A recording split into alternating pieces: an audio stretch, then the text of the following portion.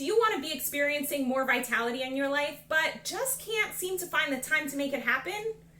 I'm Hannah Mason, and in this video, we're going to be exploring how to make the time to make the time.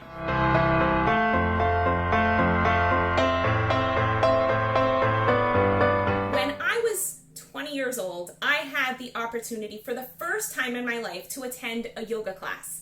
And my teacher was this thin, lean, spiritual, yogi kind of person, and she was really cool, and I was really challenged by it, and at the same time I was like, wow, there's something to this is interesting stuff. And I had this yoga class for a few months during a college program, and then I was like, oh, yoga's like one of those things I should do, right?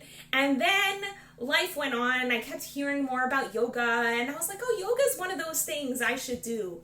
I'm going to start yoga tomorrow, or I'll start checking out yoga next week. And this went on for almost 20 years. And then one day, when I was 38 years old, I'm not exactly sure what happened, but some sort of switch just flipped in my head. And a whole slew of reasons for why yoga would be really good for me started piling up. But the other thing that started piling up was the peer pressure I created for myself in my mind, thinking okay, I'm really into healthy eating, and I'm coaching people about their lifestyles, and I know this stuff is really good for me, and I'm not doing yoga, and I'm the kind of person that everybody assumes is doing yoga, and yet, no yoga over here. Why? And I always had a really good excuse. I couldn't make the time. And when I was 38 years old, I had this internal dialogue with myself, and I realized that it wasn't that I couldn't make the time, it's that I just chose not to. I chose to prioritize other things over yoga. And those other things are a laundry list long, and I'm sure you have a laundry list just like it, of all of the reasons that you have for why you don't have the time to take care of your health. And one of the things that was really a challenge for me was that I was experiencing a lot of pain in my hips, and my ankles were sore often, and I didn't have a lot of upper body strength, so every time I'd get out on the water to go kayaking with my husband or wanted to do paddleboarding, which requires a lot of balance, I got into a lot of pain. And also I had stopped running because I had an ankle injury, and so I didn't have a way of engaging in fitness all the time the way I used to. And so I had all of these things that started piling up for reasons why maybe I should check out yoga. And then what I did is I got really honest with myself, and I asked myself, really, truly, Hannah, why aren't you doing the yoga? And it's not because you don't make the time. It's not because you can't make the time. It's not because you can't find the time. Time is never the challenge. It's priorities that are the challenge. And so what I realized for myself is that I associated yoga with a tremendous amount of pain and a small amount of pleasure. And so I wanted to take a look at all of the pain that I associated with yoga and see if I could knock a whole bunch of it out so that as the pain went down, the pleasure started seeming more appealing. So one of the pain points I had with yoga was that if I went to a yoga class, let's say at 10 o'clock in the morning on a Tuesday, so it was just going to cut my morning in half, and that I was going to have to commit not just the 1 hour of the class, but the half an hour before and the half an hour after to the getting there and coming home, and that it was just going to be this block in my mind that I was going to have to remember this appointment, and that felt really challenging for me. So that was one challenge I experienced. Another challenge I experienced was knowing that in an exercise class, I sometimes get intimidated by the people who are really good, and I'm looking at them and feeling like a total loser because I have no idea what I'm doing.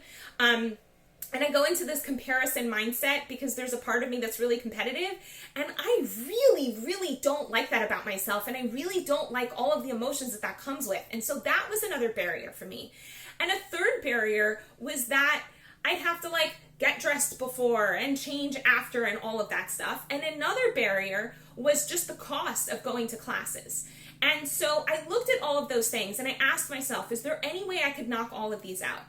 And it turns out that a girlfriend of mine told me about a really great YouTube channel called Yoga with Adriene. And I checked it out, and lo and behold, unlike a whole bunch of other yoga channels that I had checked out in the past, This woman was super down to earth, super friendly. I could totally imagine chilling out with her in my living room and having a cup of tea. and she made jokes during the yoga class, and that totally just chilled out the energy. And she also had classes that were 20 minutes long, 30, 40, 50. She had different lengths of classes, and she really did a good job of engaging the audience. And so I was like, that can reduce the cost because those classes are free. And eventually I got so excited about Adrienne, I started sending money her way to support the work that she's doing because I think it's amazing. But that created, that got rid of one barrier. The other barrier of getting dressed and changing and all of that, I realized could just be fixed by doing yoga in my pajamas first thing in the morning. And that also got rid of a second challenge, which was the scheduling challenge. If I do it first thing in the morning, it's not cutting up my day. It's not something I have to remember. I just stay in my pajamas, go to the living room, roll out a mat, open the computer, and boom, there's cute little Adrienne giving me an awesome yoga class. And so I was able to get rid of so many of my pain points, not the least of which is the competition piece. If I'm doing yoga by myself with Adrienne, so I'm not looking at all the other people in the class and feeling like a total loser or whatever, or getting really egotistical because, hey, I can do this and she can, or whatever it is. And so that got rid of so many barriers for me that now all that was left were the benefits that I would experience from yoga.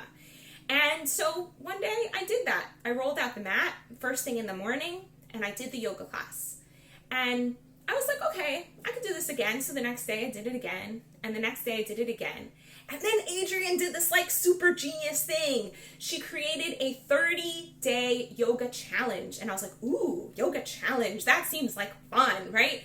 And I was going to be with like thousands of people all over the world each day getting a new video. And that was so motivating for me. Somehow it became like a game, and somehow having other people in my yoga class was fun as opposed to competitive because I couldn't watch what they were doing. I could just hear the cute little comments of people cheering each other on, or people being really enthusiastic or saying, hey, I'm from Ireland. And it was so fun to say, hey, I'm from Israel. And it was really cool. And the other thing that happened was after like a week or two of yoga, I noticed that my breathing changed. I noticed that I'd be in the middle of chopping up vegetables in the kitchen and that I was like holding my breath, and I was like, oh, I could pause and breathe. And because I'd been practicing being aware of my breath, I became more aware of my breath the rest of the day. Nobody could have really taught me that. It was something that I needed to experience myself.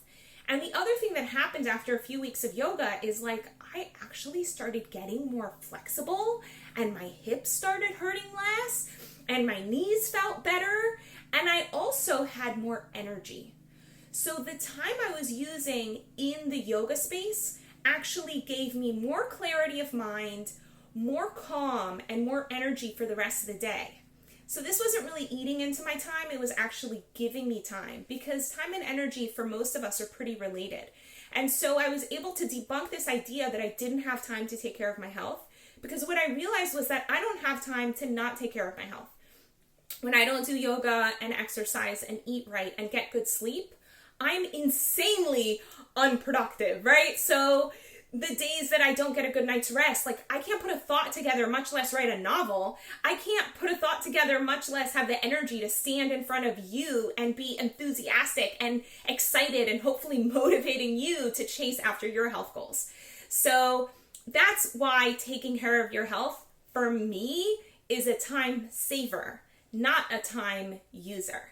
And I hope that that's been helpful for you. If you're still trying to figure out, wow, how can you experience more vitality in your life? Come to hanamason.com. You're going to see so many different ways that we're here to serve you. You've got group coaching and individualized coaching, and there's a membership program that's super affordable. Anybody can do it, where I'm going to be giving you tons of incredible content. And you can just get in touch with me, set up a discovery call, and see how we can work together to up your vitality to the next level. In the meantime, wishing you the best. Want to find out what's blocking your vitality? Quickly take the quiz at hanamason.com/healthquiz.